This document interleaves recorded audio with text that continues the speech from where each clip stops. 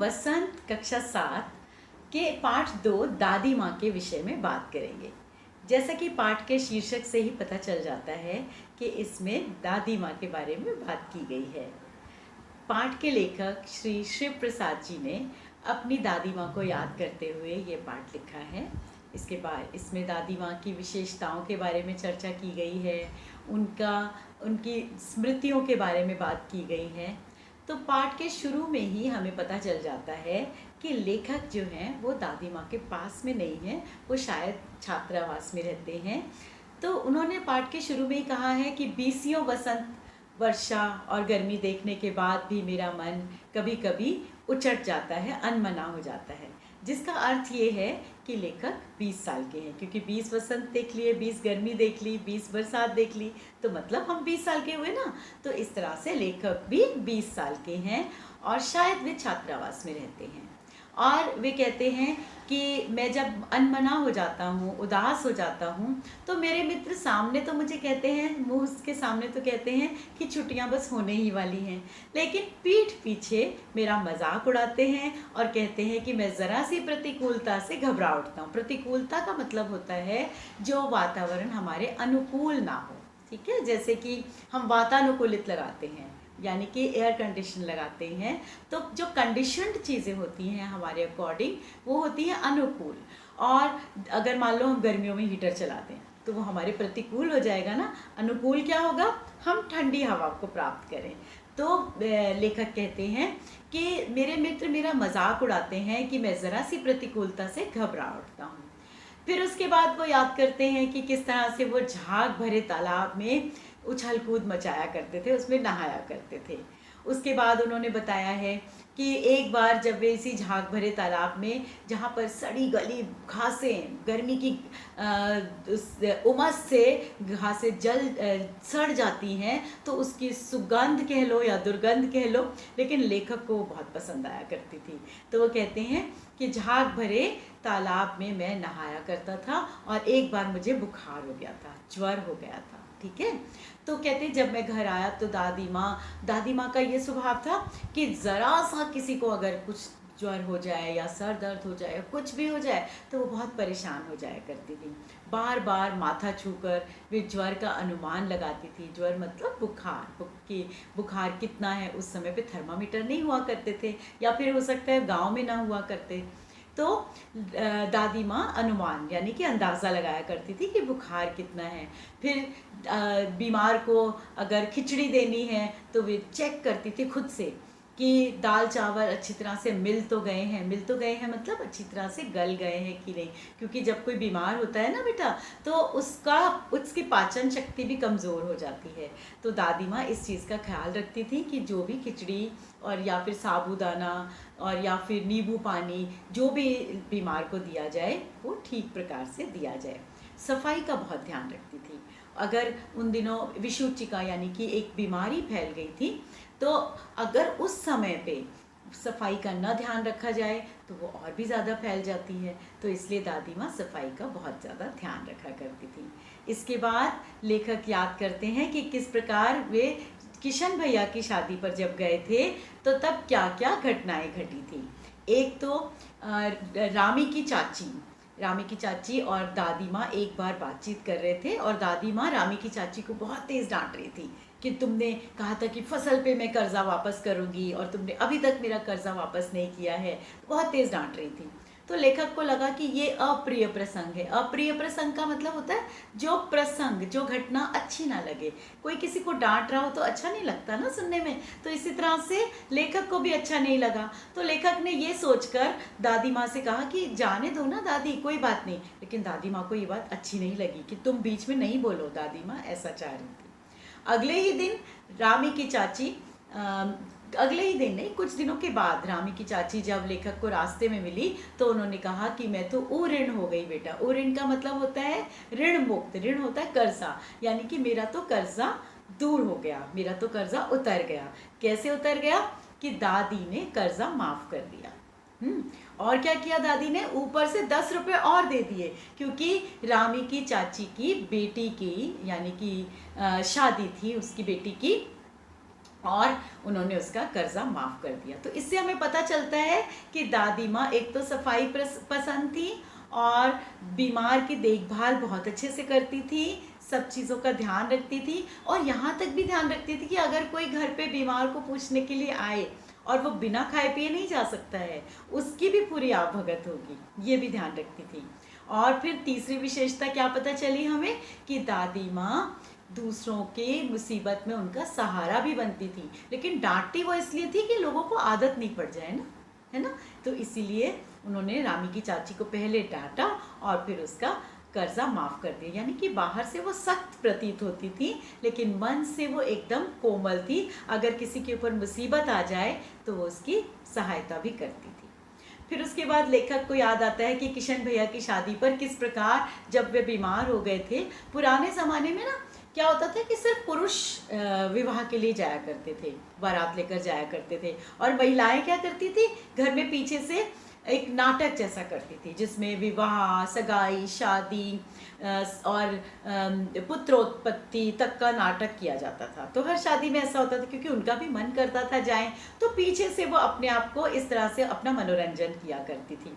तो ऐसे में वे नहीं चाहती थी कि कोई पुरुष वहाँ पर रहे, क्योंकि उनको लगता था कि हमारी प्राइवेसी है, हमें अपने हिसाब से नाटक करना है। लेकिन लेखक तो बीमार थे, वो जा नहीं सकते थे। और एक और भी उनके कोई कज़न वहाँ पर आए थे जो लेट हो गए थे और बारात पहले चली गई थी, तो उन दोनों को वहाँ पे रुकना पड़ गया था।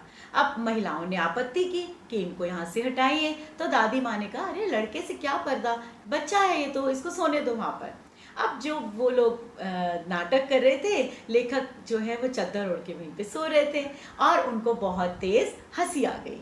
जब हंसी आई तो उन सब ने देखा कि ये कौन सो रहा है, तो ये तो लेखक, वो तो बड़े हैं ना, तो इसलिए औरतों ने उनका खूब मजाक उड़ाया कि ये तो दूध पीता बच्चा है। अगले दिन भी उसको रास्ते में लेखक को जब महिलाएं मिली तो उन्होंने उसका खूब मजाक उड़ाया।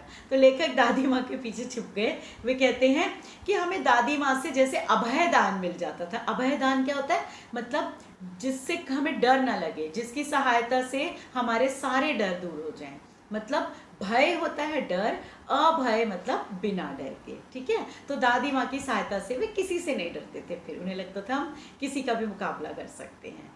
इसके बाद फिर लेखक ने याद किया कि एक बार जब उनके दादा की मृत्यु हुई थी, तब उनके बहुत सारे जो एक तो पहले ही धन की कमी हो गई थी, और ऊपर से उनके जो शुभ चिंतक जो वास्तव में शुभ चिंतक नहीं थे, मुंह में राम बगल में छुरी वाली बात थी।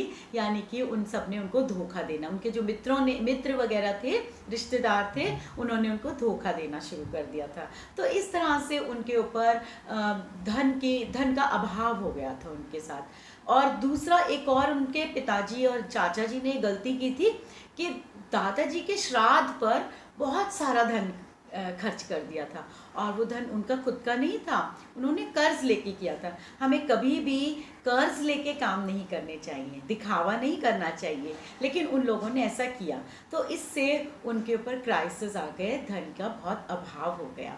तो एक बार लेखक ने देखा कि दादी माँ पूरी गीली धोती पहने ही बैठी हैं मंदिर में दिया जलाकर, और उनकी आंखों से आंसू बह रहे हैं।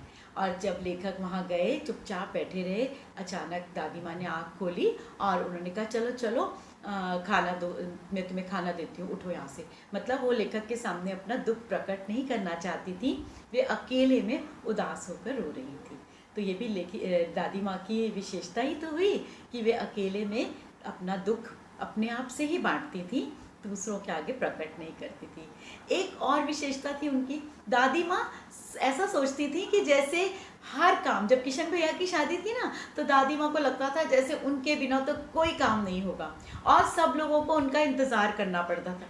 हालांकि वो करती कुछ नहीं थी, बस उनको हर काम में चेक करना होता था कि सब कुछ ठीक से हो रहा है या नहीं। अगर दादी माँ नहीं आए तो वो काम लेट हो जाएगा, लेकिन काम होगा नहीं जब तक दादी माँ उसको अप्रूव नहीं कर देंगी, कह नहीं देंगी कि ये सब कुछ ठीक ठाक है।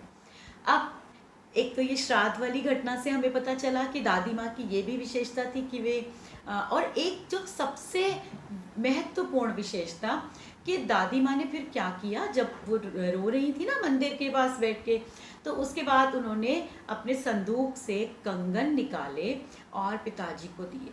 और क्यों दिए? क्योंकि कर्जदार उनको परेशान कर रहे थे, उनको पैसे चुकाने थे। तो दादी ने कहा कि ये दादा की निशानी है। असल में तो ये कंगन जो है वो पीढ़ी दर पीढ़ी जो है जैसे उनके पति ने दिए होंगे, फिर आगे वो अपनी बहू को देंगी, ऐसा चलता आ रहा था। और लेकिन अब दादी माँ ने सोचा कि जब परिवार पर मुसीबत आई है तो वे इन कंगनों का क्या करेंगी? उनको पहले परिवार की मुसीबत का सामना करना चाहिए। तो उन्होंने चुपचाप कंगन निकाल के दादाजी को दे दिए। तो इस प्रकार इस पाठ में हमने दादी जी की विशेषताओं के बारे में जाना।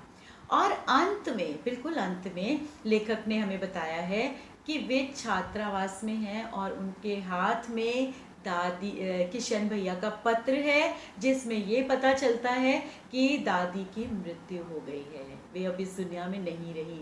और अंत में देखो बहुत खूबसूरत तरीके से लेखक ने लिखा है कि जो किशन भैया के जो शब्द थे वे काली चींटियों की भांति प्रतीत हो रहे थे और अब वे धूमिल होते जा रहे थे। धूमिल मतलब धुंधले होते जा रहे थे। धुंधले क्यों होते जा रहे थे? क्योंकि उनकी आंखों से आंसू निकल रहे थे और वे उन शब्दों पर पढ़ रहे थे, उन वाक्यों पर पढ़ रहे थे और उन्हें वे अक्षर दिखाई नहीं दे रहे थे। तो वे बहुत दुखी थे और शायद वे उसी समय ही, ये सारा जो हमें इन्होंने पाठ लिखा है ना, ये उसी समय वे दादी माँ को याद कर रहे थे। इसके प्रश्न उत्तर कर लेते हैं एक बार। तो पहला प्रश्न है कि लेखक दादी माँ के अलावा और किन किन घटनाओं के बारे में याद करता है? तो लेखक ने दादी माँ की स्मृतियों के अलावा और जो बातें याद की हैं, उन्होंने झाग भरे तालाब में नहाना याद किया है, फिर बुखार के बारे में बात की है, उसको याद किया है, किशन भैया की शादी याद की है, और उन्होंने श्राद्ध वाली घटना याद की है, रामी की चाची वाली घटना याद की है ना। तो बहुत सारी घटनाएं और भी उन्होंने याद की हैं, लेकिन कहीं ना कहीं वो घटनाएं दादी माँ के साथ जुड़ी हुई ज़रूर हैं। ठीक है।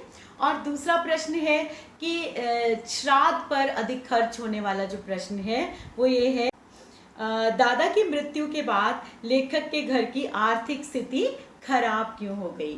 तो दादा की मृत्यु के बाद लेखक की आर्थिक स्थिति इसलिए खराब हो गई कि पिताजी और चाचा जी ने श्राद्ध पर बहुत धन, अतुल अतुल मतलब जिसकी कोई तुलना ना हो, पंडितों को खिलाना, बिरादरी को खाना खिलाना, ठीक है, ये सब जो रिचुअल्स होते हैं, रीति रिवाज होते हैं, इन पर उन्होंने बहुत खर्च किया था। और वह धन उनका खुद का नहीं था, उनका स्वयं का नहीं था, उन्होंने कर्ज लेके किया था। तो वो अच्छी बात नहीं थी। ठीक है। अब मैं तीसरा प्रश्न देखती हूँ बेटा। तीसरा प्रश्न है, दादी माँ के स्वभाव का कौन सा पक्ष आपको अच्छा लगता है? तो दादी माँ के स्वभाव का ये आप अपनी मर्जी से भी लिख सकते हैं, लेकिन मुझे जो अच्छा लगता है वो मैं बताती हूँ। मुझे उनका वह पक्ष बहुत अच्छा लगता है कि वह सामने से तो लोगों को डांटती हैं, ठीक है, ताकि लोग जो है वो अपना कर्म से पीछे ना हटे, लेकिन अंदर से वे बहुत कोमल हैं। जिस तरह से उन्होंने रामी की चाची की मदद की थी ना, उन्होंने उसकी शादी पर 10 रुपये उल्टा और दे दिए थे, कर्ज तो माफ़ किया ही था, 10 रुपये उल्टा और दे दिए थे। तो मुझे दादी का वह पक्ष अच्छा लगता है। तो आशा है आपको पूरा पाठ समझ में आ गया होगा, और अगर आपको कोई शंका होती है तो आप मुझे लिख कर भेज सकते हैं। धन्यवाद।